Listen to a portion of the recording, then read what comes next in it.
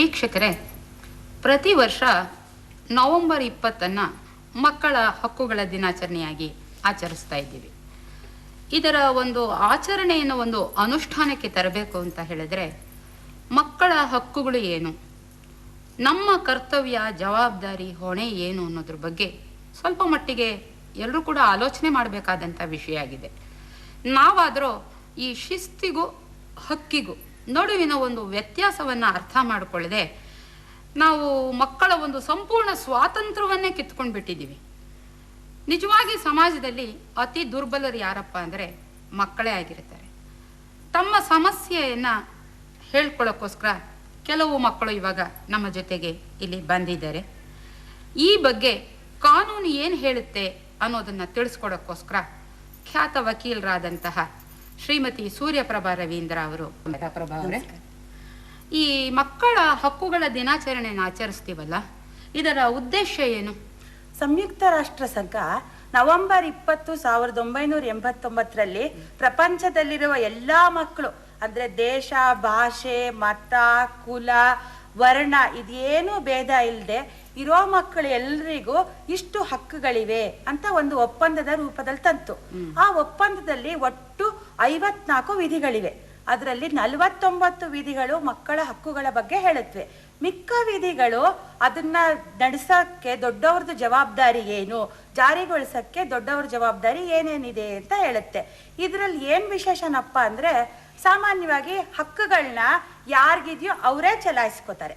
ಈ ಮಕ್ಕಳುಗಳು ಅಂದ್ರೆ ಈ ಕಾನೂನು ಪ್ರಕಾರ 18 ವರ್ಷದ ಕೆಳಗಿನವ್ರು ನೋಡಿ, ಅವರಿಗೆ ಅವರ ಹಕ್ಕುಗಳನ್ನ ಚಲಾಯಿಸಕ್ಕೆ ಆಗಲ್ಲ. ಹಾಗಾಗಿ ದೊಡ್ಡವರು, ಸಮಾಜ, ಸರ್ಕಾರ ಇವುಗಳೆಲ್ಲರದು ಮಕ್ಕಳ ಹಕ್ಕುಗಳನ್ನ ಚಲಾಯಿಸೋದು, ಅವುಗಳನ್ನ ಉಲ್ಲಂಘನೆ ಮಾಡದೇ ಇರೋದು ಅವರ ಕರ್ತವ್ಯ ಅಂತ ಸಂಯುಕ್ತ ರಾಷ್ಟ್ರ ಸಂಘ ಆ ಒಪ್ಪಂದದಲ್ಲಿ ಹೇಳಿದೆ. ಪ್ರಪಂಚದ ಎಲ್ಲಾ ರಾಷ್ಟ್ರಗಳು ಆ ಒಪ್ಪಂದಗಳಿಗೆ ಸಹಿ ಹಾಕಿದೆ. ನಮ್ಮ ಭಾರತ ಕೂಡ ಸಹಿ ಹಾಕಿರೋದ್ರಲ್ಲಿ ಮೊದಲನೇದು. ಅದರಿಂದ ನಮ್ಮ ಭಾರತ ದೇಶದ ಎಲ್ಲಾ ಮಕ್ಕಳಿಗೂ ಈ ಹಕ್ಕಿದೆ. ಈ ಹಕ್ಕುಗಳನ್ನ ನಾವು ಸಾಮಾನ್ಯವಾಗಿ 3 ಭಾಗ ಮಾಡ್ಬೋದು. ಒಂದು ಕೌಟುಂಬಿಕ ಹಕ್ಕುಗಳು, ಎರಡನೆಯದು ಸಾಮಾಜಿಕ ಹಕ್ಕುಗಳು, ಮೂರನೇದು ಶೋಷಣೆಯ ವಿರುದ್ಧ, ನಿರ್ಲಕ್ಷ್ಯ ಮತ್ತು ಅನಾದರದ ವಿರುದ್ಧ ಹಕ್ಕುಗಳು ಅಂತ. ಈ ಸಾಮಾಜಿಕ ಹಕ್ಕುಗಳಲ್ಲಿ ಮುಂಚೆ ನಾವು ಇದ್ರ ಕೌಟುಂಬಿಕ ಹಕ್ಕುಗಳಿಗೆ ಬಂದ್ರೆ, ಕೌಟುಂಬಿಕ ಹಕ್ಕುಗಳಲ್ಲಿ ಮನೆಯಲ್ಲಿ ಯಾವ್ಯಾವ ಹಕ್ಕುಗಳಿವೆ ಅಂದ್ರೆ ತಂದೆ ತಾಯಿಗಳ ಜೊತೆ ಇರೋದು, ತನ್ನ ಅಭಿಪ್ರಾಯ ವ್ಯಕ್ತಪಡಿಸೋದು, ಅದರ ಅಭಿಪ್ರಾಯಕ್ಕೆ ಗೌರವ ಕೊಡೋದು, ಅವೆಲ್ಲ ಒಂದು ಗುಂಪಿನ ಹಕ್ಕುಗಳು. ಎರಡನೇದು ಸಾಮಾಜಿಕ ಹಕ್ಕುಗಳು, ಸಮಾಜದಲ್ಲಿ ಎಲ್ಲರ ಜೊತೆ ಸ್ನೇಹದಿಂದ ಇರೋದು, ತನಗೆ ಬೇಕಾದ ಭಾಷೆಯಲ್ಲಿ ಮಾತಾಡೋದು, ಯಾರ ಜೊತೆ ಬೇಕಾದ್ರೂ ತನ್ನ ಅಭಿಪ್ರಾಯ ವ್ಯಕ್ತಪಡಿಸೋದು, ಮತ್ತು ಸಮಾಜ ಮತ್ತು ಸರ್ಕಾರ ಅಭಿಪ್ರಾಯಕ್ಕೆ ಮನ್ನಣೆ ಕೊಡೋದು. ಇದು ಒಂದು ಗುಂಪಿನ ಎರಡನೇ ಗುಂಪಿನ ಹಕ್ಕು. ಮೂರನೇದೇನಪ್ಪ ಅಂದ್ರೆ ಶೋಷಣೆ. ಮುಖ್ಯವಾದ ಹಕ್ಕುಗಳ ಗುಂಪು ಇಲ್ಲಿ ಬರುತ್ತೆ. ಏನು ಅಂದ್ರೆ ಈ ಮಕ್ಕಳಿಗೆ ಶೋಷಣೆಗಳಾಗ್ಲಿ ಅಥವಾ ಮಕ್ಕಳನ್ನ ಅನಾದರ ಮಾಡೋದಾಗ್ಲಿ, ಅವು ಮಾತಿಗೆ ಬೆಲೆ ಕೊಡೋದಾಗ್ಲಿ ಅಥವಾ ಉದಾಸೀನ ಮಾಡೋದಾಗ್ಲಿ ಮಾಡದೆ ಇರುವಂತದ್ದು, ಕೆಲವು ಹಕ್ಕು ಮಾಡಿಸ್ಕೊಳ್ದೆ ಇರುವಂತದ್ದು ಕೆಲವು ಹಕ್ಕುಗಳನ್ನ ಮಕ್ಕಳಿಗಿದೆ. ಅವೆಲ್ಲ ಒಂದು ಗುಂಪಿಗೆ ಬರುತ್ತೆ. ಈ ಕಾನೂನಿನ ಪ್ರಕಾರ ಮಕ್ಕಳು ಅಂದ್ರೆ ಎಷ್ಟು ವಯೋಮಾನದವರು, ಅವರ ಹಕ್ಕುಗಳ ಬಗ್ಗೆ ಇಷ್ಟೊತ್ತು ತಾವು ತಿಳಿಸಿದ್ದೀರಿ. ಎಲ್ಲಿಂದ ವಯೋಮಾನ, ಎಷ್ಟು ವಯಸ್ಸಿನಿಂದ ಎಷ್ಟು ವಯಸ್ಸಿನವರೆಗೆ ಅವರನ್ನ ಮಕ್ಕಳು ಅಂತ ಕಾನೂನು ಆಗಲೇ ಹೇಳಿದಾಗೆ 18 ವರ್ಷದ ಮುಂಚಿನವ್ರನ್ನೆಲ್ಲ ಮಕ್ಕಳು ಅಂತ ಕಾನೂನು ಪರಿಗಣಿಸುತ್ತೆ. ಮತ್ತೆ ಈಗಷ್ಟೇ ತಾವು 3 ಭಾಗ ಮಾಡಿರೋ ಬಗ್ಗೆ ಹೇಳಿ, ಅನಾದರಣೆ ಅನ್ನೋ ಬಗ್ಗೆ ಹೇಳಿದ್ರಿ. ನಮ್ಮ ಸಮಾಜದಲ್ಲಂತೂ ತಮಗೆ ಕಷ್ಟ ತಮ್ಮ ಬಡತನದಿಂದ ಬಂದಿದೆ ಅನ್ನೋದನ್ನ ಮರೆತು ಈ ಮಗು ಹುಟ್ಟಿದ ಗಳಿಗೆಯಿಂದ ನಮಗೇನೋ ಕಷ್ಟ ಬಂತು ಅನ್ನೋ ಒಂದು ಮೂಢನಂಬಿಕೆಯನ್ನ ಇಟ್ಕೊಂಡು ಆ ಮಗುವಿಗೆ ಲಸಿಕೆ ಹಾಕಿಸದೇ ಇರತಕ್ಕಂಥದ್ದು, ಒಂದು ಹೆಸರು ಕೂಡ ಇಡದೇ ಇರತಕ್ಕಂಥದ್ದು, ಮತ್ತು ಶಾಲೆಗೆ ಕೂಡ ಸೇರಿಸೋದೇ ಇಲ್ಲ. ನಮ್ಮ ಸರ್ಕಾರ ಇಷ್ಟೊಂದು ಸವಲತ್ತುಗಳನ್ನ ಕೊಟ್ಟಿದ್ರೂ ಕೂಡ ನಮ್ಮಲ್ಲಿ ಪ್ರಾಥಮಿಕ ಶಿಕ್ಷಣ ಪ್ರತಿಯೊಬ್ಬರಿಗೂ ಅಗತ್ಯ ಅಂತ ಕಾನೂನಲ್ಲೂ ಕೂಡ ಹೇಳಿದೆ ಅಲ್ವೇ? ಹೌದು. ಮುಖ್ಯವಾಗಿ ಪ್ರತಿಯೊಂದು ಮಗುವಿಗೂ ನೋಡಿ ಜೀವಿಸುವ ಹಕ್ಕಿದೆ. ಅದು ಅಲ್ಲದೆ ಆರೋಗ್ಯವಂತವಾಗಿ ಜೀವಿಸುವ ಹಕ್ಕಿದೆ. ಈ ಆರೋಗ್ಯವಂತವಾಗಿ ಜೀವಿಸಬೇಕು ಅಂತ ಹೇಳಿದ್ರೆ ದೇಹದ ಆರೋಗ್ಯ ಎಷ್ಟು ಮುಖ್ಯನೋ ಮನಸ್ಸಿನ ಆರೋಗ್ಯ ಬೆಳವಣಿಗೆನೂ ಅಷ್ಟೇ ಮುಖ್ಯ. ಹಾಗಾಗಿ ದೇಹಕ್ಕೆ ಲಸಿಕೆ ಹಾಕ್ಸೋದು, ಅವಕ್ಕೆ ಮಾರಣಾಂತಿಕ ಕಾಯಿಲೆಗಳು ಬರ್ದೇ ಇರೋದಕ್ಕೆ ತಡೆಯಬೇಕಾದ ಎಲ್ಲಾ ಕ್ರಮಗಳದ್ದು ಜವಾಬ್ದಾರಿ ಹೇಗೆ ಇದೆಯೋ ನಮಗೆಲ್ರಿಗೂ, ಹಾಗೇನೆ ಓದಿಸ್ಬೇಕಾದ್ದು ಮಕ್ಕಳನ್ನ ಶಾಲೆಗೆ ಕಳಿಸೋದು ಬರೀ ತಂದೆ ತಾಯಿಗಳದೇ ಅಲ್ಲ, ಅದು ಸಮಾಜದ್ದು, ಸರ್ಕಾರದ್ದು, ಎಲ್ಲರ ಜವಾಬ್ದಾರಿ. ಅದು ಈ ಮಕ್ಕಳ ಹಕ್ಕುಗಳ ಈ ಒಪ್ಪಂದದ ಪ್ರಕಾರನೂ ಅಲ್ಲದೆ ನಮ್ಮ ಸಂವಿಧಾನದ ಪ್ರಕಾರ ಕೂಡ ಉಚಿತ ಮತ್ತು ಪ್ರಾಥಮಿಕ ಶಿಕ್ಷಣ ಕಡ್ಡಾಯ. ಕೆಲವು ಸಲ ಮನೆ ತೊಂದರೆಗಳು ಇರ್ತವೆ, ನಾವು ಆಟ ಆಡಕ್ಕೂ ಆಗಲ್ಲ, ಸ್ಕೂಲ್ಗೂ ಹೋಗಕ್ಕಾಗಲ್ಲ. ಹೌದು ಹೌದು. ನಾವೇನ್ ಮಾಡ್ತಾರೆ ಮನೆಯಲ್ಲಿ ಈ ಮಕ್ಕಳನ್ನ ತುಂಬಾ ಕಟ್ಟುಪಾಡಿನಲ್ಲಿ ನಾವು ಸಾಕ್ತೀವಿ ಅಂತ ಹೇಳಿಬಿಟ್ಟು ಆ ಮಕ್ಕಳಿಗೆ ಒಂದು ಹೊಡೆಯೋದು, ಬರೆ ಹಾಕೋದು, ಕೂಡ್ ಹಾಕೋದು, ಈ ಥರದೆಲ್ಲ ದೈಹಿಕ ಹಿಂಸೆಯನ್ನು ಕೂಡ ಕೊಡ್ತಾರೆ. ಮಕ್ಕಳು ಮೊದಲು ಚಿಕ್ಕ ವಯಸ್ಸಿನಲ್ಲಿ ಆ ಒಂದು ಶಿಕ್ಷೆಗಳಿಗೆ ಹೆದರ್ಕೊಂಡ್ಬಿಟ್ಟು ಅಯ್ಯೋ ಪಾಪ ನಮ್ಮ ತಂದೆ ಕಷ್ಟ, ನಮ್ಮ ತಾಯಿ ಕಷ್ಟ ಅಂತ ಶಾಲೆಗೆ ಕೂಡ ಹೋಗದೆ ಮನೆಯಲ್ಲಿ ಅವ್ರು ಹೇಳ್ದಂಗೆ ಕೆಲಸ ಮಾಡ್ಕೊಂಡೇ ಇದ್ಬಿಡ್ತಾರೆ. ಅವರು ದೊಡ್ಡವರಾದ್ಮೇಲೆ ಯೋಚನೆ ಮಾಡ್ತಾರೆ, ನಾವು ಯಾತಕ್ಕೆ ಇದನ್ನೆಲ್ಲ ನಾವು ಎದುರಿಸಬಹುದಾಗಿತ್ತಲ್ಲ ಅಂತ ಆಮೇಲೆ ಯೋಚನೆ ಮಾಡ್ತಾರೆ. ಇದು ಒಂದು ತರ ಕೂಡ ಮಾನಸಿಕ ಹಿಂಸೆ. ಇದು ಹೆಚ್ಚಾಗಿ ನನ್ನ ಅನಿಸಿಕೆಯಲ್ಲಿ ಸ್ವಲ್ಪ ಬಡ ಕುಟುಂಬಗಳಲ್ಲಿ ಹೆಚ್ಚು ಅಂತ ಅನ್ಸತ್ತೆ ಅಲ್ವಾ? ಇಲ್ಲ, ನೀವು ಏನು ಅಂದ್ರೆ ನೀವು ನೋಡ್ಬೇಕಾದ್ದೇನು ಅಂದ್ರೆ ಈ ತರ ನೀವ್ ಹೇಳಿದ ತರದ್ದು ಮಾನಸಿಕ ಹಿಂಸೆಗಳು ಬಡ ಕುಟುಂಬದಲ್ಲಿ ಇರುತ್ತೆ. ಆದ್ರೆ ಶ್ರೀಮಂತ ಕುಟುಂಬದಲ್ಲೂ ಮಕ್ಕಳಿಗೆ ಮಾನಸಿಕ ಹಿಂಸೆ ಇರುತ್ತೆ. ಯಾವ ತರ ಅಂದ್ರೆ ಮಗುಗ್ ತಂದೆ ತಾಯಿ ಜೊತೆ ಇರ್ಬೇಕು ಅಂತ ಆಸೆ ಇರುತ್ತೆ. ಆದ್ರೆ ಅವ್ರೇನ್ ಮಾಡ್ತಾರೆ, ಕೆಲಸದವ್ರ ಹತ್ರ ಮಗುನ್ ಬಿಟ್ಬಿಡ್ತಾರೆ, ನೋಡ್ಕೊ ಅಂತಾರೆ. ಆಗ ಮಗು ಮನಸ್ಸಿಗೆ ಎಷ್ಟು ನೋವಾಗತ್ತೆ ಅನ್ನೋದು ಅವ್ರು ತಿಳ್ಕೊಳ್ಳೋದೇ ಇಲ್ಲ.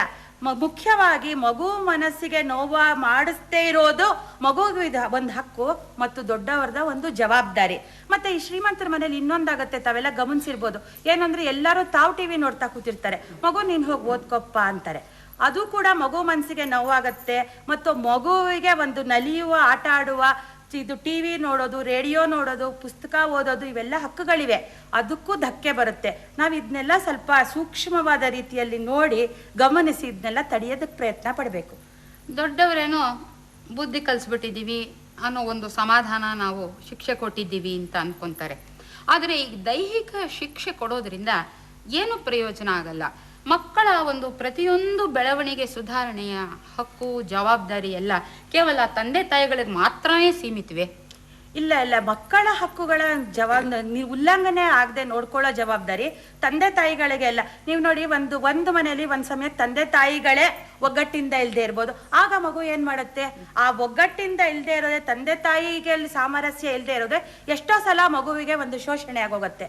ಅವಾಗ ಅಕ್ಕಪಕ್ಕದವರು, ಸಮಾಜ, ಸರ್ಕಾರ ಎಲ್ಲರೂ ಮಗುವಿನ ನೆರವಿಗೆ ಬರಬೇಕು. ಈ ತರ ನಾವು ನೋಡ್ತೀವಲ್ಲ, ಆ ತರ ಬೇರ್ಪಟ್ಟಾಗ ತಂದೆ ತಾಯಿಗಳು ಕಾನೂನು ನೆರವಿಗೆ ಬರುತ್ತೆ. ಮಗು ಎಲ್ಲಿರ್ಬೇಕು, ಏನ್ ಮಾಡ್ಬೇಕು ಅಂತ ಅದು ನಮ್ ಎಲ್ಲರದ್ದು ಜವಾಬ್ದಾರಿನೇ. ಈಗ ಒಂದು ಕವಿವಾಣಿ ನನಗೆ ನೆನಪು ಬರುತ್ತೆ.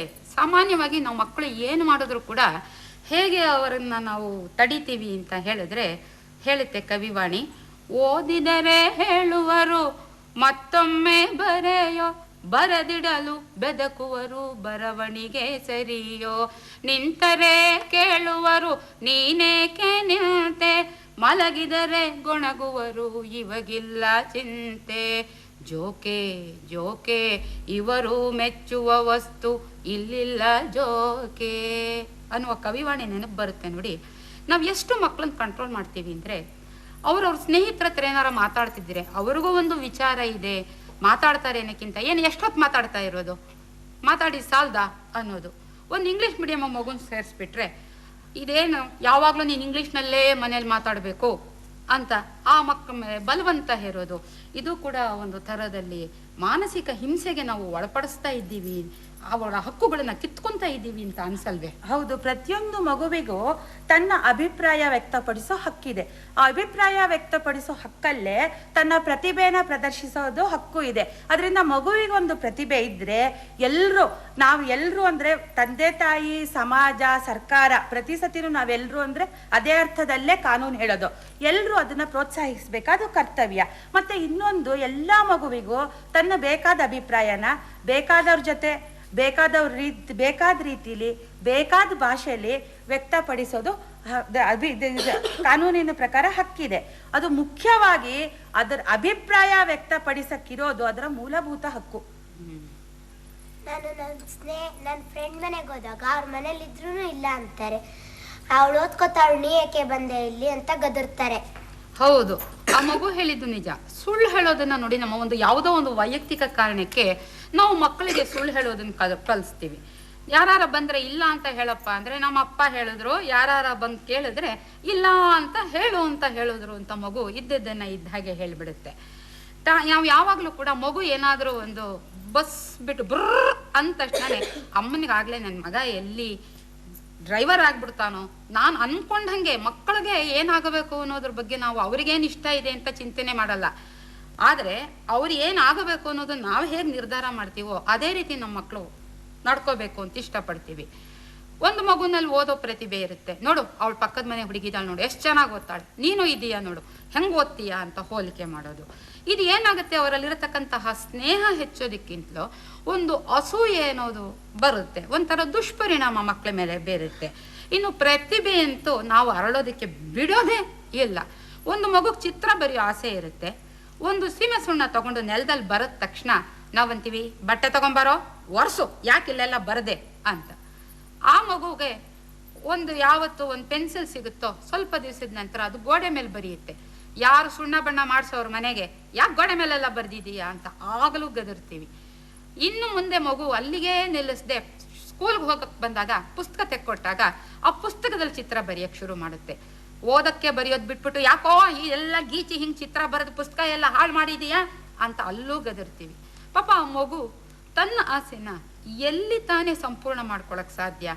ಆ ಮಗು ಏನ್ ಮಾಡುತ್ತ ಅವಾಗ ಅಂದ್ರೆ, ಒಂದ್ ಲೆಟ್ರಿನ್ಗೆ ಹೋಗಿ ಕೂತಿದ್ದಾಗ ಆ ಬಕೆಟ್ ನೀರ್ನಲ್ಲಿ ಕೈನಲ್ಲಿ ನೀರದ್ದಿ ಆ ಗೋಡೆ ಮೇಲೆಲ್ಲ ಚಿತ್ತಾರನ ಬಿಡಿಸಿ ತೃಪ್ತಿ ಪಟ್ಕೊಳ್ಳುತ್ತೆ. ನಾವು ಮಾತ್ರ ಅವಾಗ ಶಿಕ್ಷೆ ಯಾತ ಕೊಡಲ್ಲ ಅಂದ್ರೆ, ಆ ಮಗು ಬರ್ದಿರೋ ಚಿತ್ರ ನಮ್ಗೆ ಕಾಣಿಸಲ್ಲ ನೋಡಿ, ಗಾಳಿಗೆ ಆರಿರೋದ್ರಿಂದ. ಆವಾಗ ಮಾತ್ರ ನಾವು ಸುಮ್ಮನೆ ಆಗತ್ತೀವಿ ವಿನಃ ಈ ರೀತಿ ಹೋಲ್ಸೋದು, ಆಟ ಆಡೋದು, ಪ್ರತಿಭೆಯನ್ನ ನಾವು ಅವರಲ್ಲಿರ್ತಕ್ಕಂಥ ಪ್ರತಿಭೆಯನ್ನು ಅಳಿಸೋದು, ಇದೆಲ್ಲ ನಾವು ಮಾಡ್ತಾ ಇರೋದು ದೊಡ್ಡ ತಪ್ಪಲ್ವೇ?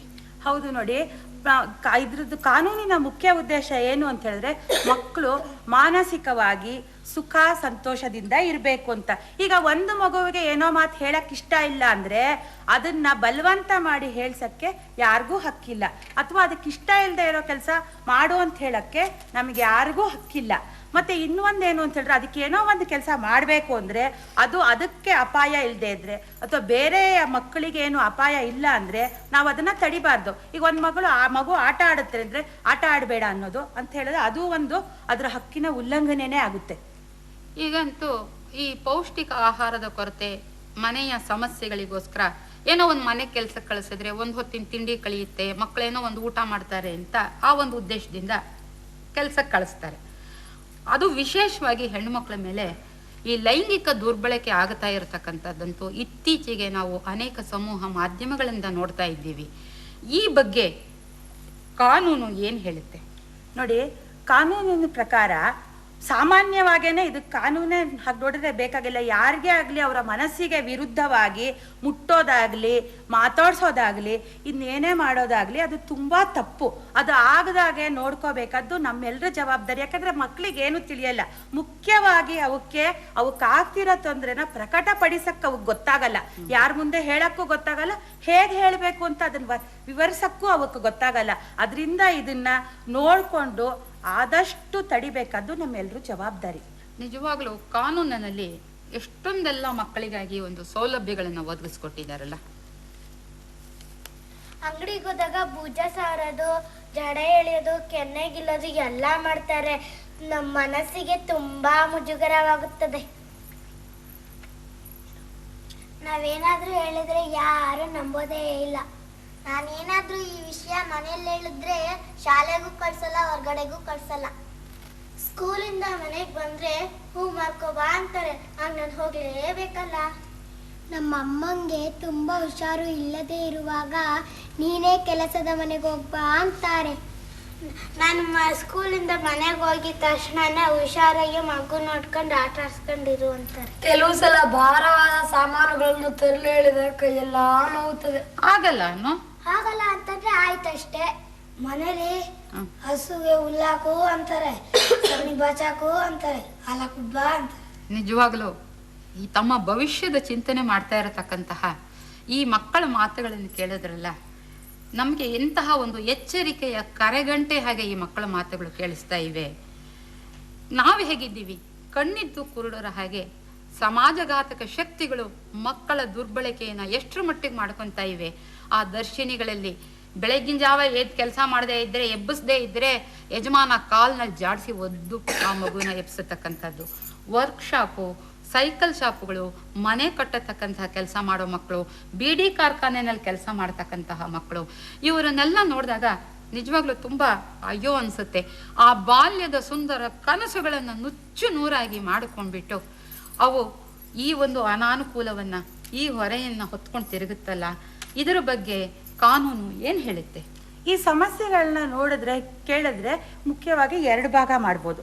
ಒಂದು ಏನು ಅಂದ್ರೆ ಅವರು ಕೆಲಸಕ್ಕೆ ಹೋಗ್ತಾ ಇರೋದು, ಇನ್ನೊಂದು 2 ಅವರ ಮೇಲೆ ಆಗ್ತಾ ಇರೋದು ಅಥವಾ ಅವ್ರಿಗೆ ದುರುಪಯೋಗ, ಅವ್ರ ದೇಹನಾಗ್ಲಿ ಮನಸ್ಸನ್ನಾಗ್ಲಿ ದುರ್ಬಳಕೆ ಮಾಡ್ಕೋತಾ ಇರೋದು, ದುರುಪಯೋಗ ಮಾಡ್ತಾ ಇರೋದು. ಈ ಮೊದಲನೇದಕ್ಕೆ ಫಸ್ಟ್ ನಾನು ಈ ಬಾಲ ಕಾರ್ಮಿಕರದಂದ್ರೆ ಅದು ಕಾನೂನಲ್ಲಿದೆ, ಅದನ್ನ ಆಮೇಲೆ ಬರ್ತೀನಿ. ಈ ದುರುಪಯೋಗದ ಪ್ರಶ್ನೆ ಇದೆಯಲ್ಲ, ಅದು ಸ್ವಲ್ಪ ತುಂಬಾ, ಯಾಕೆಂದ್ರೆ ಅದು ತಕ್ಷಣ ಮೇಲ್ ಬರೋದೇ ಇಲ್ಲ. ಅದಕ್ಕೆ ನಾವೇನ್ ಮಾಡ್ಬೇಕು ಅಂದ್ರೆ ಈ ಮಕ್ಕಳಿಗೆ ನಾವೆಲ್ಲ ನಂಬಿಕೆ ಬರ್ಸ್ಬೇಕು. ಅವ್ರಿಗೆ ಆಗ್ತಿರೋ ತೊಂದರೆನೆಲ್ಲ ನಮ್ಗೆ ಹೇಳ್ಕೊಳ್ಳೋ ತರ ನಾವು ಮಾಡ್ಬೇಕು. ಹೇಳ್ಕೊಂಡಾಗ ನಾವು ತಂದೆ ತಾಯಿಗಳೆಲ್ಲ ಸಮಾಜದಲ್ಲಿ ಶಿಕ್ಷಕರಾಗಿರ್ಬೋದು, ಅಕ್ಕಪಕ್ಕದ ಮನೆಯವರಾಗಿದ್ದವ್ರು, ಚಿಕ್ಕಪ್ಪ ದೊಡ್ಡಪ್ಪ ಅತ್ತೆ, ಯಾರ ಹತ್ರ ನಂಬಿಕೆ ಇರುತ್ತೋ ಅವ್ರ ಹತ್ರ ಮಕ್ಕಳು ಹೇಳ್ಕೊಂಡಾಗ ಅವರು ತಕ್ಷಣ ಅದನ್ನ ಗಂಭೀರವಾಗಿ ಪರಿಗಣಿಸಿ ಪರಿಹಾರ ಹುಡ್ಕಕ್ ಪ್ರಯತ್ನ ಪಡ್ಬೇಕು. ಅಕಸ್ಮಾತ್ ಅವ್ರ ಕೈಲಿ ಪ್ರಯತ್ನ ಪಡಕ್ ಪರಿಹಾರ ಸಿಕ್ಲಿಲ್ಲ ಅಥವಾ ಪರಿಹಾರ ಆಗ್ಲಿಲ್ಲ ಅಂದ್ರೆ ಒಂದು ಪೊಲೀಸ್ ಸ್ಟೇಷನ್ಗೆ ಹೋಗ್ಬೇಕು. ಅದು ಮುಖ್ಯವಾಗಿ ಆ ಹೆಣ್ಮಕ್ಳು ಹೇಳಿದ್ವಲ್ಲ, ನಮ್ಗೆ ಈ ತರ ಆಗ್ತಾ ಇದೆ ತೊಂದ್ರೆ ಅಂತ, ಆ ತರ ಆದಾಗ ಪೊಲೀಸ್ ಸ್ಟೇಷನ್ಗೆ ಒಂದು ಕಂಪ್ಲೇಂಟ್ ಕೊಡ್ಬೇಕು. ಎಲ್ಲದಕ್ಕಿಂತ ಮುಖ್ಯವಾಗಿ ಈಗಂತೂ ಮಕ್ಕಳ ಸಹಾಯವಾಣಿ ಬಂದಿದ್ಯಲ್ಲ, ಅವ್ರಿಗೊಂದು ಫೋನ್ ಮಾಡಿ ಹೇಳಿದ್ರು ಈ ತರ ಕಡೆ ಆಗ್ತಾ ಇದೆ ಅಂದ್ರೆ, ಅದು ಸಾಮಾನ್ಯವಾಗಿ ಪಬ್ಲಿಕ್ ಪ್ಲೇಸ್ ಅಲ್ಲಿ ಆದ್ರಂತೂ ತಕ್ಷಣನೇ ಬರ್ತಾರೆ ಅವರು ಅದನ್ನ ತಡೆಯಕ್ಕೆ. ಈ ಬಾಲ ಕಾರ್ಮಿಕರ ಬಗ್ಗೆ ಹೇಳ್ತೀನಿ ಅಂತ ಹೇಳಿದ್ರಿ, ಅವರ ಬಗ್ಗೆ ಯಾವ ವಯೋಮಾನದ ಬಗ್ಗೆ ಏನು ಹೇಳಿ? ಈ ಬಾಲ ಕಾರ್ಮಿಕರು ಅಂತಂದ್ರೆ ಚಿಕ್ಕ ವಯಸ್ಸಿನಲ್ಲಿ ಕೆಲಸ ಮಾಡೋ ಮಕ್ಕಳನ್ನೆಲ್ಲ ಸಾಮಾನ್ಯವಾಗಿ ಬಾಲ ಕಾರ್ಮಿಕರು ಅಂತಾರೆ. ನಮ್ಮ ದೇಶದಲ್ಲಿ ಬಾಲ ಕಾರ್ಮಿಕ ವಿರೋಧಿ ಕಾನೂನು ಅಂತಲೇ ಇದೆ. ಅದರ ಪ್ರಕಾರ 14 ವರ್ಷದ ಕೆಳಗಿನ ಮಕ್ಕಳಿಗೆ ಕೆಲಸಕ್ಕೆ ಕಳಿಸ್ಲೇಬಾರ್ದು. ಮತ್ತೆ ಮಕ್ಕಳನ್ನ ಅಕಸ್ಮಾತ್ 18 ವರ್ಷದವರೆಗೂ ಕಾನೂನು ಪ್ರಕಾರ ಮಕ್ಕಳು ಬರ್ತಾರೆ ನೋಡಿ, ಕೆಲ್ಸಕ್ಕೆ ಕಳಿಸಿದ್ರೆ, ಇದು ಮುಖ್ಯ. ಇದಕ್ಕೆ ಮುಂಚೆ ಇನ್ನೊಂದು ಮಾತು ಹೇಳ್ಬೇಕು ನಾನು, ಏನಂತಂದ್ರೆ ಇದು ನಮ್ಮ ದೇಶದಲ್ಲಿ ಆರ್ಥಿಕ ಅನಿವಾರ್ಯತೆಯಿಂದ ಯಾವುದೇ ಕಾನೂನು, ಬಾಲ ಕಾರ್ಮಿಕ ವಿರೋಧಿ ಕಾನೂನು ಇದ್ರು ಅದು ಆಚರಣೆಯಲ್ಲಿ ಬರಕ್ ಸ್ವಲ್ಪ ಕಷ್ಟ. ಯಾಕಂದ್ರೆ ನಮ್ದು ಆರ್ಥಿಕ ದುರ್ಬಲತೆಯಿಂದ ಸ್ವಲ್ಪ ಮುಂದಕ್ಕೆ ಬಂದ್ರೆ ಇದು ಹೋಗ್ಬೋದೇನೋ. ಈಗ ಅದಕ್ಕೋಸ್ಕರ ಇದ್ದಿದ್ದ ಕಾನೂನಲ್ಲೇ ಮಕ್ಕಳಿಗೆ ಆದಷ್ಟು ರಕ್ಷಣೆ ಕೊಡಕ್ಕೆ ಪ್ರಯತ್ನ ಪಟ್ಟಿದ್ದಾರೆ.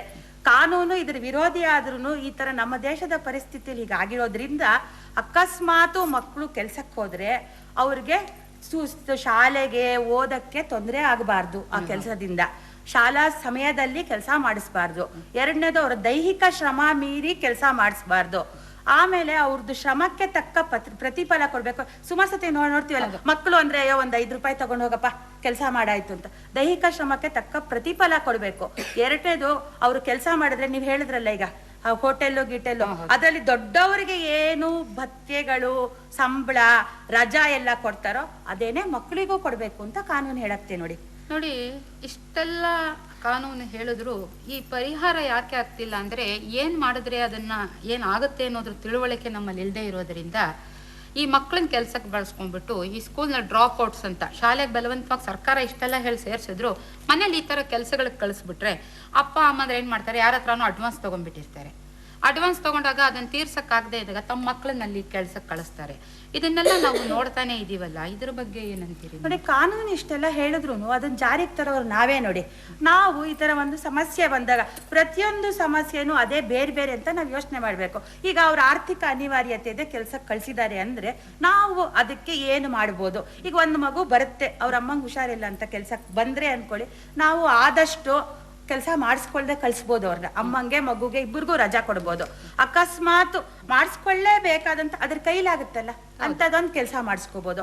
ಅಥವಾ ನೀವು ಹಾಲು ಹಾಕಕ್ ಕಳಿಸ್ದ ಅವಾಗ್ಲೂ ಅಷ್ಟೇ, ನೀನು ಸ್ಕೂಲಿಗೆ ಬಿಡೋ ಟೈಮಲ್ಲಿ ಬರ್ಬೇಡಪ್ಪ, ಬೇರೆ ಟೈಮಲ್ಲಿ ಬಾ, ನಾನು ಅರ್ಧ ಗಂಟೆ ಮುಂಚೆ ಬೇಗ ಹೇಳ್ತೀನಿ ಅಂತ ನಾವೇ ಸ್ವಲ್ಪ ಸಮಾಜ ಎಲ್ಲರೂ ಕೂಲಂಕಷವಾಗಿ ಆ ಸಮಸ್ಯೆ ಬಗ್ಗೆ ಚರ್ಚಿಸಿ ಇದು ಮಾಡಿದ್ರೆ, ಪ್ರಯತ್ನ ಪಟ್ರೆ ಇದಕ್ಕೊಂದು ಸದ್ಯದಲ್ಲೇ ಪರಿಹಾರ ಕಾಣ್ಬೋದು ನಾವೆಲ್ಲರೂ. ಈ ಕೆಲವು ಸಲ ನಮ್ಗೆ ಬಹಳ ಆಶ್ಚರ್ಯ ಆಗೋದು ಏನಪ್ಪಾ ಅಂದ್ರೆ, ನಾವು ಮಕ್ಕಳು ಅವ್ರಿಗೆ ಏನು ಗೊತ್ತಾಗಲ್ಲ ಅನ್ನೋ ಅಂತ ತೀರ್ಮಾನ ತಗೊಂಡ್ಬಿಡ್ತೀವಿ. ಹಿರಿಯರಿಗೆ ಹೊಳಿದೇ ಇರತಕ್ಕಂಥದ್ದು ಮಕ್ಕಳಿಗೆ ಹೊಳೆಯುತ್ತೆ. ಅವರಂತದನ್ನ ಹೇಳಿದಾಗ ನಿಜವಾಗ್ಲೂ ನಾವು ಕೂಡ ಆ ವಿಷಯಗಳನ್ನ ಮನವರಿಕೆ ಮಾಡ್ಕೋಬೇಕಾಗತ್ತೆ. ಒಂದು ಸಣ್ಣ ಕತೆ ನೆನಪಕ್ಕೆ ಬರ್ತಿದೆ. ಇಬ್ಬರು ಸ್ನೇಹಿತರಿದ್ರು. ಒಬ್ಬ ತೀರ್ಥಯಾತ್ರೆಗೆ ಹೋಗ್ಬೇಕಾದ್ರೆ ತನ್ನ ಸಂಪಾದನೆಯಿಂದ ಒಂದು ಉಪ್ಪಿನಕಾಯಿ ಜಾಡಿಲಿ ಹಾಕ್ಬಿಟ್ಟು ಸ್ನೇಹಿತನ ಮನೇಲಿ ಇಟ್ಬಿಟ್ಟು, ನಾನು ಯಾತ್ರೆಗೆ ಹೋಗ್ತಿದ್ದೀನಿ, ನಾನು ಉಪ್ಪಿನಕಾಯಿ ಜಾಡಿ ಸ್ವಲ್ಪ ನಿನ್ನ ಮನೇಲಿ ಇಟ್ಟು ಹೋಗ್ತೀನಿ ಅಂತಾನೆ. ಅದಕ್ಕೆ ನೀಡು ಅಂತ ಇಡಿಸ್ಕೊತಾನೆ. ಒಂದು ದಿವಸ ಈ ಸ್ನೇಹಿತನ ಮನೇಲಿ ಊಟಕ್ಕೆ ಕೂತ್ಕೊಂಡಾಗ ಉಪ್ಪಿನಕಾಯಿ ಮುಗಿದು ಹೋಗಿರುತ್ತೆ. ಹೇಗಿದ್ರು ಸ್ನೇಹಿತನ ಮನೆ ಉಪ್ಪಿನಕಾಯಿ ಜಾಡಿ ಇದೆಯಲ್ಲ, ಅದರಲ್ಲೇ ಸ್ವಲ್ಪ ತಗೊಳ್ಳೋಣ ಅಂತ ಜಾಡಿಯನ್ನ ತೆಗೆದು ನೋಡಿದಾಗ ಅವನು ಸಂಪಾದಿಸಿದ ವಜ್ರ ವೈಢೂರ್ಯಗಳೆಲ್ಲ ಅದರೊಳಗೆ ಇಟ್ಟು ಹೋಗಿದ್ದಾನಲ್ಲ, ಉಪ್ಪಿನಕಾಯಿ ಇಟ್ಟು ಹೋದೆ ಅನ್ನಲ್ಲ, ಒಳ್ಳೇದಾಯ್ತು, ಇದನ್ನೆಲ್ಲ ನಾನೇ ತಗೊಂಡ್ಬಿಟ್ಟು ಉಪ್ಪಿನಕಾಯಿ ತಾನೇ ಹಾಕಿಟ್ರಾಯ್ತು ಅಂತ ಅದನ್ನೆಲ್ಲ ಅವನು ತಗೊಂಡು ಹೊಸದಾಗಿ ನಿಂಬೆಕಾಯಿ ತಗೊಂಡ್ಬಂದು ಉಪ್ಪಿನಕಾಯಿ ಹಾಕಿ ಮುಚ್ಚಿಟ್ಬಿಡ್ತಾನೆ. ಈ ಘಟನೆ ನಡೆದು ಒಂದು 10 ದಿವಸದಲ್ಲೇ ಯಾತ್ರೆಗೆ ಹೋಗಿದ್ದಂತಹ ಸ್ನೇಹಿತ ವಾಪಸ್ ಬಂದು ನನ್ನ ಜಾಡಿ ಕೊಡು ಅಂತಾನೆ. ಆ ಜಾಡಿನ ಮನೆಗೆ ತಗೊಂಡು ಹೋದಾಗ ತೆಗೆದು ನೋಡಿದ್ರೆ ಅದ್ರೊಳಗೆ ಬರೀ ಉಪ್ಪಿನಕಾಯಿ ಇರುತ್ತೆ. ಇವನಿಗೆ ಭಯ ಆಗ್ಬಿಡುತ್ತೆ, ಅಯ್ಯೋ ನನ್ನ ಐಶ್ವರ್ಯ ಎಲ್ಲ ಇದ್ರೊಳಗೆ ಇಟ್ಟು ಹೋಗಿದ್ನಲ್ಲಪ್ಪ, ಇದ್ರೊಳಗೆ ಬರೀ ಉಪ್ಪಿನಕಾಯಿ ಇದೆಯಲ್ಲ ಅಂತ. ಆಗ ಆ ಸಮಯದಲ್ಲಿ ಅವನು ಸ್ನೇಹಿತನ ಕೇಳ್ತಾನೆ, ಇಲ್ಲ ಕಣಯ್ಯ, ನೀನು ಉಪ್ಪಿನಕಾಯಿ ಜಾಡಿ ಇಟ್ಟಿದ್ದೆ, ನೋಡಿ ಉಪ್ಪಿನಕಾಯಿ ಇದೆ, ಮತ್ತೆ ಇಲ್ಲದೆ ಇರೋ ಯಾತಕ್ಕೆ ನನ್ನ ಮೇಲೆ ಅಪವಾದ ಹೊರಿಸ್ತೀಯ ಅಂತ. ಅವನು ನ್ಯಾಯಾಲಯಕ್ಕೆ ಮೊರೆ ಹೋಗ್ತಾನೆ. ಆಗ ನ್ಯಾಯಾಧೀಶ ಹೇಳ್ತಾನೆ, ಅಪ್ಪ ಹೌದು ಕಣಯ್ಯ, ನೀ ಏನಯ್ಯ ಇಟ್ಟು ಹೋದೆ, ನಾನು ಉಪ್ಪಿನಕಾಯಿ ಜಾಡಿ ಅಂತ ತಾನೇ ಹೇಳ್ಬಿಟ್ಟು ಇಟ್ಬಿಟ್ಟು ಹೋದೆ ಅಲ್ವೇನಯ್ಯ? ಹೌದು ಸ್ವಾಮಿ. ಈಗ ಅದರೊಳಗೆ ಏನಿದೆ? ಉಪ್ಪಿನಕಾಯಿ ಇದೆ. ಮತ್ತಿನ್ಯಾಕಯ್ಯ ನ್ಯಾಯಾಲಯದವರೆಗೆ ನೀ ಬಂದೆ ಅಂತ ಗದರು ಬಿಟ್ಟು ಕಳಿಸ್ತಾರೆ. ಆದರೆ ಈ ಘಟನೆಯನ್ನು ನೋಡಿದ ಮಕ್ಕಳು 3 ಜನ, ನಾನೊಬ್ಬ ರಾಮು, ನೀನು ಗೋವಿಂದ, ನಾನು ನ್ಯಾಯಾಧೀಶ ಅಂತ ಆಟ ಆಡೋಕ್ಕೆ ಶುರು ಮಾಡ್ತಾರೆ. ಆ ಆಟದಲ್ಲಿ ಹೇಗೆ ನ್ಯಾಯಾಧೀಶ ಕೇಳಿದ್ನೋ ಹಾಗೆ ಪ್ರಶ್ನೆಯನ್ನೆಲ್ಲ ಕೇಳಿದ ಮೇಲೆ, ಎಲ್ಲಿ ಸ್ವಲ್ಪ ಆ ಜಾಡಿ ತಗೊಂಡು ಬಂದು ನೋಡೋಣ ಅಂತಾನೆ. ಆ ಜಾಡಿನ ತಂದಿಟ್ಟಾಗ ಅದರ ಬಾಯನ್ನು ತೆಗೆದು ನೋಡಿದಾಗ ಹೇಳ್ತಾನೆ, ನೀನು ಸುಳ್ಳು ಹೇಳ್ತಾ ಇದ್ದೀಯಾ? ನೋಡು, ಅವನು 1 ವರ್ಷದ ಹಿಂದೆ ಯಾತ್ರೆಗೆ ಹೋಗಿದ್ದ. 1 ವರ್ಷದ ಹಿಂದೆ ಹಾಕಿ ಉಪ್ಪಿನಕಾಯಿ ಆಗಿದ್ರೆ ಕಳಿತು ಗಮ್ಮಂತ ವಾಸನೆ ಬರಬೇಕಾಗಿತ್ತು. ಇದರಲ್ಲಿರೋ ಉಪ್ಪಿನಕಾಯಿ ಆದರೂ ಈಗ ತಾನೇ ಹೊಸದಾಗಿ ಹಾಕಿರತಕ್ಕಂಥ ಉಪ್ಪಿನಕಾಯಿ ಅಲ್ವೇ ಅಂತ ಹೇಳಿದಾಗ, ಆ ನ್ಯಾಯಾಧೀಶನಾದಂಥವನು ಮಕ್ಕಳ ಈ ಆಟವನ್ನು ನೋಡಿದಾಗ ಮರು ದಿವಸ ತಾನು ಕೂಡ ನ್ಯಾಯಾಲಯದಲ್ಲಿ ಈ ಮಕ್ಕಳ ಆಟವನ್ನೇ ಮರುಕಳಿಸಿ ಅದೇ ಸಾಕ್ಷಿ ಆಧಾರಗಳನ್ನು ಉಪಯೋಗಿಸಿ ಹೇಳಿದಾಗ ನಿಜವಾಗ್ಲೂ ಆ ಸ್ನೇಹಿತ ಅವನ ಐಶ್ವರ್ಯವನ್ನು ತಗೊಂಡಿದ್ದಂತಹ ವಿಷಯ ಹೊರಬರುತ್ತೆ. ನಮ್ಮ ಕಾನೂನು ನ್ಯಾಯ ಎಷ್ಟೇ ನಾವು ನಿಯಮಗಳನ್ನು ಓದ್ಕೊಂಡ್ರು ಕೂಡ ಕೆಲವು ಸಲ ಮಕ್ಕಳಿಗೆ ಹೊಳೆಯತಕ್ಕಂಥದ್ದು ನಮಗೆ ಹೊಳೆಯಲ್ಲ ಅನ್ನತಕ್ಕಂಥದ್ದು ವಿಷಯನ ನಿಜವಾಗ್ಲೂ ನಾವು ಮನವರಿಕೆನೆ ಮಾಡ್ಕೊಳ್ಬೇಕು. ಮಕ್ಕಳೇ, ಇಷ್ಟು ಹೊತ್ತು ನೀವೆಲ್ಲ ನಾವೇನು ಮಾತಾಡಿದ್ವಿ ಅನ್ನೋದನ್ನ ಕೇಳಿದ್ರಿ ಅಲ್ವಾ? ಇದನ್ನ ಕೇಳಿದಾಗ ನಿಮ್ಗೇನು ಅನ್ನಿಸ್ತು ಅನ್ನೋದನ್ನ ಹೇಳಿ. ನಮ್ಮ ಹಕ್ಕುಗಳು ನಿಮ್ಮ ಕೈಯಲ್ಲಿವೆ. ನಮಗೆ ಉತ್ತಮ ಭವಿಷ್ಯ ರೂಪಿಸುವುದು ನಿಮ್ಮ ಜವಾಬ್ದಾರಿ. ಹೌದಲ್ವೇ? ಅದೇನೋ ನಾವೆಲ್ಲರೂ ಅಂತ ಯಾರೋ ಅಂತ ಇದ್ರಿ, ಏನದು ಹೇಳಿ ನೋಡೋಣ. ನಾವೆಲ್ಲರೂ ಒಂದಾಗಿ ಬಾಳೋಣ ಬನ್ನಿ, ನಾವೆಂದು ಹೊಸನಾಡ ಕಟ್ಟೋಣ ಬನ್ನಿ. ರವಿಚಂದ್ರರಂತೆ ನೆಲಜಲಗಳು ಒಂದೇ, ಧರ್ಮಗಳೊಂದೇ, ಕುಲಜನವು ಒಂದೇ, ಒಂದೇ ಒಂದೇ ಒಂದೇ. ಕುಣಿಯುತ್ತಾ ಮುಂದೆ ಸಾಗೋಣ ಬನ್ನಿ, ನಲಿಯುತ್ತಾ ಮುಂದೆ ಸಾಗೋಣ ಬನ್ನಿ. ನಾವಿಂದು ಹೊಸನಾಡ ಕಟ್ಟೋಣ ಬನ್ನಿ, ನಾವಿಂದು ಹೊಸನಾಡ ಕಟ್ಟೋಣ ಬನ್ನಿ. ಹೊಸನಾಡನ್ನು ಕಟ್ಟಬೇಕು ಅಂತ ನಮ್ಮ ಮಕ್ಕಳೆಲ್ಲ ಪ್ರಯತ್ನ ಪಡಬೇಕಾ ಇದ್ದಾರೆ, ಹೇಳ್ತಾ ಇದ್ದಾರೆ.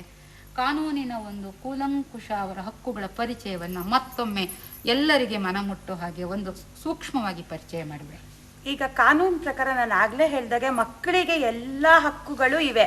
ಮುಖ್ಯವಾಗಿ ಇದ್ರ ಉದ್ದೇಶ ಏನಪ್ಪಾ ಅಂದ್ರೆ, ಪ್ರತಿಯೊಂದು ಮಗುನು ಆರೋಗ್ಯವಂತವಾಗಿ ಬೆಳೆದು ಮುಂದೆ ದೊಡ್ಡವರಾದಾಗ ಒಂದು ಆರೋಗ್ಯವಂತ ಸಮಾಜ ನಿರ್ಮಾಣ ಮಾಡಬೇಕು ಅಂತ ಅದಕ್ಕೆ ಬೇಕಾದ ಎಲ್ಲ ಹಕ್ಕು ಕಾನೂನಲ್ಲಿದೆ. ಅದನ್ನ ನಾವುಗಳು ಏನ್ ಮಾಡ್ಬೇಕು ಅಂದ್ರೆ, ದೊಡ್ಡವರು, ಯಾಕಂದ್ರೆ ಮಕ್ಕಳುಗಳು ಅವಾಗ್ಲೇ ನಾ ಹೇಳಿದ್ನಲ್ಲ ಹಾಗೆ ಅವ್ರು ಚಲಾಯಿಸ್ಕೊಳಕ್ ಆಗಲ್ಲ. ದೊಡ್ಡವರು ನಾವೆಲ್ಲ ಸೇರ್ಕೊಂಡು ಈ ಮಕ್ಕಳ ಹಕ್ಕುಗಳನ್ನ ಉಲ್ಲಂಘನೆ ಆಗದಾಗೆ ನೋಡ್ಕೊಂಡು ಪ್ರತಿಯೊಬ್ರು ನಾವು ಒಬ್ಬೊಬ್ರು ನಮ್ಮ ಕಣ್ಣಿಗೆ ಬಿದ್ದ ತಕ್ಷಣ ಇವತ್ತಿನಿಂದ ನಾವು ಮಕ್ಕಳ ಹಕ್ಕುಗಳನ್ನ ಉಲ್ಲಂಘನೆ ಆಗದ ಹಾಗೇನೋ ಅಥವಾ ಹಕ್ಕುಗಳನ್ನ ಜಾರಿಗೊಳಿಸಕ್ಕೇನೋ ಪ್ರಯತ್ನ ಪಡ್ತೀವಿ ಅಂತ ಪ್ರತಿಜ್ಞೆ ಮಾಡಿದ್ರೆ ಇದು ಹೋಗೋ ಕಾಲ ದೂರ ಖಂಡಿತ ಇಲ್ಲ. ಕವಿ ವಾಣಿಯಲ್ಲಿ ಒಂದು ನೆನಪು ಬರುತ್ತೆ ಸಾಲುಗಳು ನನಗೆ. ಮಕ್ಕಳ ನಗು ಅನ್ನೋ ಪದ್ಯದಲ್ಲಿ, ರವಿಯ ಕಿರಣದ ಸೊಂಪಿಗಿಂತಲೂ ಕವಿಯ ಗೀತಕ್ಕಿಂತಲೂ ಕುವರ ಕುವರಿಯರು ಒಸೆದು ನಗುವ ಸವಿಯಲ ಎಂದು ಕವಿ ಹೇಳ್ತಾರೆ. ಇವತ್ತು ನಮ್ಮ ಮಕ್ಕಳ ಮಕ್ಕದಲ್ಲಿ ನಗು ಅನ್ನತಕ್ಕಂತಹದ್ದೇ ಬಹಳ ದೂರವಾಗಿಬಿಟ್ಟಿದೆ. ಬಹಳ ಗಂಭೀರವಾಗಿರ್ತಾರೆ ಅವರು ಯಾವಾಗಲೂ. ಆದ್ರಿಂದ ಆ ಮಕ್ಕಳ ಮನಸ್ಸಿಗೆ ನೋವಾಗದ ಹಾಗೆ ಶಿಸ್ತೇ ಬೇರೆ ಹಕ್ಕೇ ಬೇರೆ ಎನ್ನುವುದರ ಅಂತರವನ್ನು ನಾವು ಅರಿತುಕೊಂಡು ಮಕ್ಕಳ ಮನಸ್ಸಿಗೆ ನೋವಾಗದ ಹಾಗೆ, ಅವರ ಹಕ್ಕುಗಳನ್ನು ನಾವು ಕಿತ್ಕೊಳ್ಳದೆ, ನಾವು ಈಗ ತಾನೇ ಎಲ್ಲ ಕಾನೂನು ಹೇಳಿದೆ, ಮಕ್ಕಳ ಹಕ್ಕುಗಳನ್ನ ಮಕ್ಕಳು ಎಂದೂ ಚಲಾಯಿಸೋದಿಲ್ಲ, ಅದನ್ನು ಚಲಾಯಿಸತಕ್ಕಂತಹವರು ದೊಡ್ಡವರು ನಾವೇ ಆಗಿದ್ದೇವೆ. ಆದ್ದರಿಂದ ಅವರ ಹಕ್ಕುಗಳ ಉಲ್ಲಂಘನೆಯನ್ನ ನಾವು ಎಂದೂ ಮಾಡೋ ಪ್ರಯತ್ನ ಮಾಡೋದಿಲ್ಲ ಅನ್ನೋ ಒಂದು ಪ್ರತಿಜ್ಞೆಯನ್ನ ಮಾಡಿ, ನಮ್ಮ ಮಕ್ಕಳು ಇಷ್ಟು ಹೊತ್ತು ಮಾಡೋಣ, ಅವರ ನಗುವಿನ ಜೊತೆಗೆ ಅವರು ಸಾಗಲಿ ಅಂತ ಹಾರೈಸೋಣ. ನಮ್ಮ ಜೊತೆ ಇಷ್ಟು ಹೊತ್ತು ಮಕ್ಕಳು ಭಾಗವಹಿಸಿದ್ದಾರೆ, ತಮ್ಮ ಸಮಸ್ಯೆಗಳು ಏನು ಅನ್ನತಕ್ಕಂಥದ್ದನ್ನು ನಿವೇದನೆ ಮಾಡಿಕೊಂಡಿದ್ದಾರೆ. ಮಕ್ಕಳ ಹಕ್ಕುಗಳ ಬಗ್ಗೆ ಕಾನೂನು ಏನು ಹೇಳುತ್ತೆ ಅನ್ನತಕ್ಕಂಥದ್ದನ್ನ ವಕೀಲರಾದಂತಹ ಸೂರ್ಯಪ್ರಭಾ ಅವರು ತಿಳಿಸ್ಕೊಟ್ಟಿದ್ದಾರೆ. ಎಲ್ಲರಿಗೂ ಧನ್ಯವಾದ.